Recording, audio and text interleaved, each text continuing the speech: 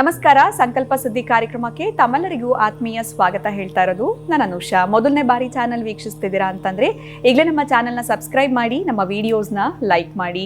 ನೀವಿನ್ನೂ ಕೂಡ ಅಕ್ಷಯ ವೃಕ್ಷವನ್ನ ಪಡ್ಕೊಂಡಿಲ್ಲ ಅಂತಂದ್ರೆ ಆದಷ್ಟು ಬೇಗ ಸ್ಕ್ರೀನ್ ಮೇಲೆ ಬರ್ತಿರುವಂಥ ನಂಬರ್ಸ್ಗೆ ಕಾಲ್ ಮಾಡಿ ಅಕ್ಷಯ ವೃಕ್ಷವನ್ನ ಬರ್ಮಾಡ್ಕೊಳ್ಳಿ. ನಿಮ್ಮ ಜೀವನದಲ್ಲಿ ಬರ್ತಿರುವಂಥ ಪ್ರತಿಯೊಂದು ಸಮಸ್ಯೆಗಳಿಗೂ ಕೂಡ ನೀವು ಪರಿಹಾರವನ್ನ ಕಂಡುಕೊಳ್ಬಹುದು. ಇನ್ನು ಕಾರ್ಯಕ್ರಮದಲ್ಲಿ ನಮ್ಮ ಜೊತೆಲಿದ್ದಾರೆ ಸ್ಪಿರಿಚುವಲ್ ಗುರು ಡಾಕ್ಟರ್ ವಿಷ್ಣುದತ್ತ ಗುರುಜಿಯವರು. ಗುರುಗಳನ್ನ ಕಾರ್ಯಕ್ರಮಕ್ಕೆ ಬರ್ಮಾಡ್ಕೊಳ್ಳೋಣ. ನಮಸ್ತೆ ಗುರುಗಳೇ, ಕಾರ್ಯಕ್ರಮಕ್ಕೆ ಭಕ್ತಿಯ ಸ್ವಾಗತ. ಶನಿ ಬದಲಾವಣೆಯಿಂದ ಯಾವ್ಯಾವ ರಾಶಿಯವರಿಗೆ ಯಾವ್ಯಾವ ರೀತಿಯಾಗಿರುವಂತಹ ಫಲಾನುಫಲಗಳು ಸಿಗುತ್ತೆ, ಹೇಗೆ ಅವರನ್ನ ಪ್ರೊಟೆಕ್ಟ್ ಮಾಡ್ಕೊಳ್ಬೇಕು, ಏನೆಲ್ಲ ದಾನಗಳು ಮಾಡಬೇಕು ಅಂತ ತಿಳಿಸ್ಕೊಡ್ತಾ ಬಂದಿದ್ದೀರಾ. ಇನ್ನು ಕನ್ಯಾ ರಾಶಿಯವರಿಗೆ ಶನಿ ಬದಲಾವಣೆ ಯಾವ ರೀತಿ ಇರುತ್ತೆ ಗುರುಗಳೇ? ಓಂ ವಿಶ್ವಸ್ಮೈ ನಮಃ. ಪ್ರೀತಿಯ ಬಂಧುಗಳೇ, ಇನ್ನು ಕನ್ಯಾ ರಾಶಿಯವರು ಸಪ್ತಮಕ್ಕೆ ಶನೈಶ್ಚರ ಬಂದಿರತಕ್ಕಂತಹದ್ದು, ಜೊತೆಗೆ ದೃಷ್ಟಿ ಕೂಡ ಇರುವಂಥದ್ದು. 7ನೇ ಮನೆಯೇ ಶನಿಗೆ ಈಗ ಮಾರ್ಚ್ 29ರ ನಂತರ ಕನ್ಯಾ ರಾಶಿ ಮೇಲೆ ದೃಷ್ಟಿಯನ್ನು ಬೀರ್ತಾನೆ.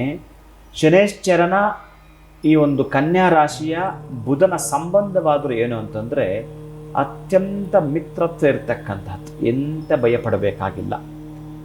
7ನೇ ಮನೆಗೆ ಹೋಗಿರೋದ್ರಿಂದ ಬಹುಶಃ ಈ ಬದುಕ ಸಾಕಪ್ಪ ಅನ್ನೋಂಥದ್ದು ನಿಮಗೆ ಈ 2.5 ವರ್ಷದಲ್ಲಿ ಬಹುಶಃ ಅರ್ಥ ಆಗತ್ತೆ. ಒಟ್ಟಾರೆಯಾಗಿ ಈ ವೇದದಲ್ಲಿ ಒಂದು ಮಂತ್ರ ಉಂಟು, ನ ಕರ್ಮಣ ನ ಪ್ರಜಯ ಧನೇನ ತ್ಯಾಗೇನೇಕೆ ಅಮೃತತ್ವ ಮಾನಶುಹು. ನ ಕರ್ಮಣ ನ ಪ್ರಜಯ, ಯಾವ ಕರ್ಮಗಳು ನನಗೆ ಬೇಡಪ್ಪ, ಯಾವ ಪ್ರಜೆಗಳು ನನಗೆ ಬೇಡಪ್ಪ. ಒಟ್ಟಾರೆ ತ್ಯಾಗವನ್ನು ಮಾಡಿಬಿಡಬೇಕು. ಈ ನಮ್ಮ ದೇಶದ ಒಂದು ಎನರ್ಜಿ ಅಂತಂದರೆ, ಈ ನಮ್ಮ ದೇಶದ ಒಂದು ಶಕ್ತಿ ಅಂತಂದರೆ, ಅದ್ಭುತವಾಗಿರತಕ್ಕಂತಹ ನಮ್ಮ ಭಾರತ ದೇಶದ ಶಕ್ತಿ ಅಂತಂದರೆ ಆಧ್ಯಾತ್ಮ. ಅದರ ಕಡೆ ಒಲವು ಜಾಸ್ತಿ ಮಾಡ್ತೀರಿ ನೀವು. ಬೇಕಾದರೆ ಗಮನಿಸಿ, ನೀವು ಇತ್ತೀಚೆಗೆ ನೀವು ದೇವರನ್ನು ನಂಬ್ತಾ ಇಲ್ವಲ್ಲ ಈ ಕನ್ಯಾ ರಾಶಿಯವರು ಒಂದಷ್ಟು ಜನ. ಯಾಕಂದರೆ ನಾನು ಹೇಳ್ತಕ್ಕಂಥ ನಾಮ ನಕ್ಷತ್ರವ್ರು ನೋಡ್ತಾ ಇರ್ತೀರಿ, ಪಾಪ ಒಂದು 20-25% ಅಷ್ಟೇ ನಿಮಗೆ ನಡೆಯುವಂಥದ್ದು ಇರುತ್ತೆ. ಜನ್ಮ ನಕ್ಷತ್ರವಾಗಿದ್ದರೆ 100ಕ್ಕೆ 100 ಅಪ್ಲೈ ಆಗುವಂಥದ್ದು, ಕಟ್ಟಿಟ್ಟ ಬುತ್ತಿ. ಆದರೆ 7ನೇ ಮನೆಗೆ ಬಂದಾಗ ವಿವಾಹ ಆಗಬೇಕಾಗಿತ್ತು, ಆಗಲಿಲ್ಲ.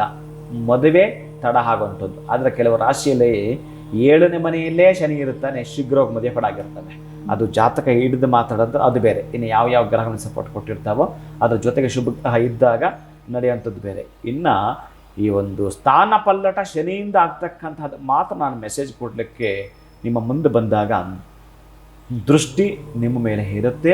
ಸ್ಥಾನ ಪಲ್ಲಟ 7ನೇ ಮನೆ ಆಗಿರೋದ್ರಿಂದ ನಿಮಗೇನಾದರೂ ಕೂಡ ಅಂತಹದ್ದು ಈ 7.5 ಇದೆಯಾ, ಅರ್ಧಾಷ್ಟಮ ಶನಿ ಇದೆಯಾ, ಅಷ್ಟಮ ಶನಿ ಇದೆಯಾ, ಕಾಲ ಶನಿ ಇದೆಯಾ, ಎಂಥ ಶನಿ ಇಲ್ಲ. 7ನೇ ಮನೆಯಿರೋದ್ರಿಂದ ಕೆಲವೊಂದು ವೈರಾಗ್ಯ ಭಾವ ಮೂಡತಕ್ಕಂತಹದ್ದು ನಿಮಗಿರುತ್ತೆ. ಬಹುಶಃ ಇಷ್ಟು ವರ್ಷಗಳು ನಿಮಗೆ ಜ್ಞಾನೋದಯವಾಗಿಲ್ಲ ಅಂತಂದರೆ ಈಗ ಜ್ಞಾನೋದಯವಾಗ್ತಕ್ಕಂತಹ ಸಾಧ್ಯತೆಗಳಿರುತ್ತವೆ. ನೀವು ಮೆಟ್ಟು ನಿಲ್ಲಲಿಕ್ಕೆ ಒಂದು ಅವಕಾಶವನ್ನು ಕೊಡುತ್ತಾನೆ.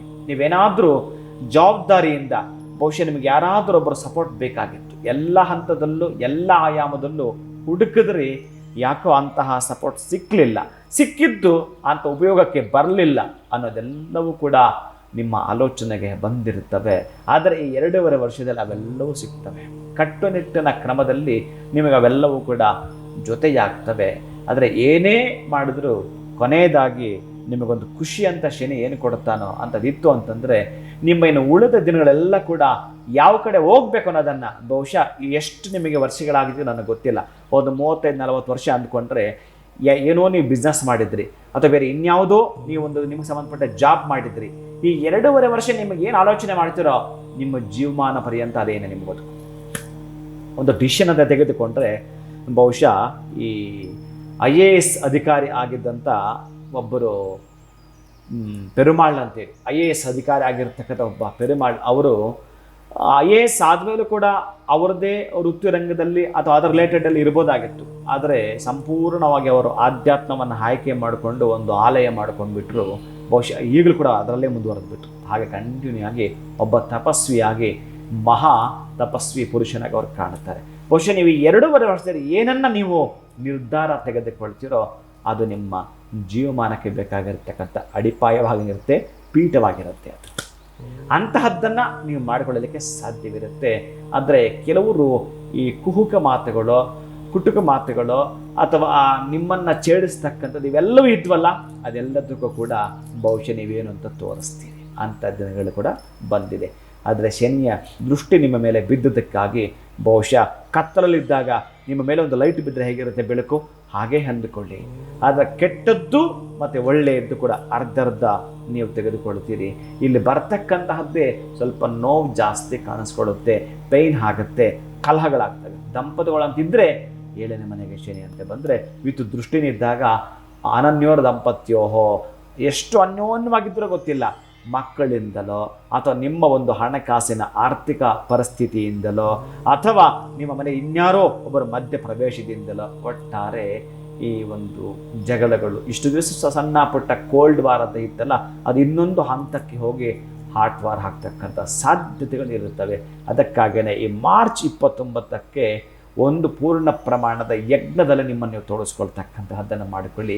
ಇದೇ ನಿಮಗೊಂದು ಲೈಸೆನ್ಸ್. ಇನ್ನು ಉಳಿದಿರತಕ್ಕಂತಹ 2.5 ವರ್ಷಗಳ ಕಾಲ ನೀವೇನಾದರೂ ಅಭ್ಯುದಯದ ಪಥದಲ್ಲಿ ನಡೆಯಬೇಕಾದ್ರೆ ನಿಮಗಿರತಕ್ಕಂತಹ ಸ್ವಾಭಿಮಾನದ ದಿನಗಳನ್ನು ಆಯ್ಕೆ ಮಾಡ್ಕೊಳ್ತೀವಿ ಅಂತಂದರೆ ಈ 2.5 ವರ್ಷದ ಎಕ್ಸಾಮ್ ಬರೀತಕ್ಕಂತಹ ದಿನ ಅಂತಿತ್ತು ಅಂತಂದರೆ ಕನ್ಯಾ ರಾಶಿಯವರಿಗೆ ಮಾರ್ಚ್ 29ರ ಕುಂಭರಾಶಿಯನ್ನು ಬಿಟ್ಟು ಏನು ಶನೇಶ್ವರ ಬರ್ತಾ ಇದ್ದಾನೋ ಮೀನರಾಶಿಗೆ ಆ ದಿನವೇ ನಿಮ್ಮದಾಗಿರುತ್ತೆ. ಅದರಲ್ಲೂ ಕೂಡ ಶನಿ ಅಮಾವಾಸ್ಯೆ ಇರತಕ್ಕಂತಹದ್ದು ಬ್ರಹ್ಮ ಯೋಗದಲ್ಲಿ ಆ ದಿನ ನೀವು ಎಕ್ಸಾಮಿಗೆ ಕೂರುತ್ತೀರಿ. ಅಲ್ಲಿಂದ ಆಚೆಗೆ ನಿಮ್ಮದಾಗಿರ್ತಕ್ಕಂಥ ಬದಲಾವಣೆಗಳನ್ನ ತಾವು ಕಾಣ್ತೀರಿ. ಖಂಡಿತವಾಗ್ಲೂ ಗುರುಗಳೇ, ಕನ್ಯಾ ರಾಶಿಯವರಿಗೆ ಈ ಒಂದು ಶನಿ ಬದಲಾವಣೆಯಿಂದ ಯಾವ ರೀತಿಯಾಗಿರುವಂತಹ ಫಲಗಳು ಸಿಗುತ್ತೆ ಅನ್ನೋದ್ರ ಬಗ್ಗೆ ತಿಳಿಸ್ಕೊಟ್ರಿ. ಧನ್ಯವಾದಗಳು, ನಮಸ್ಕಾರ. ಹರೇ ಶ್ರೀನಿವಾಸ.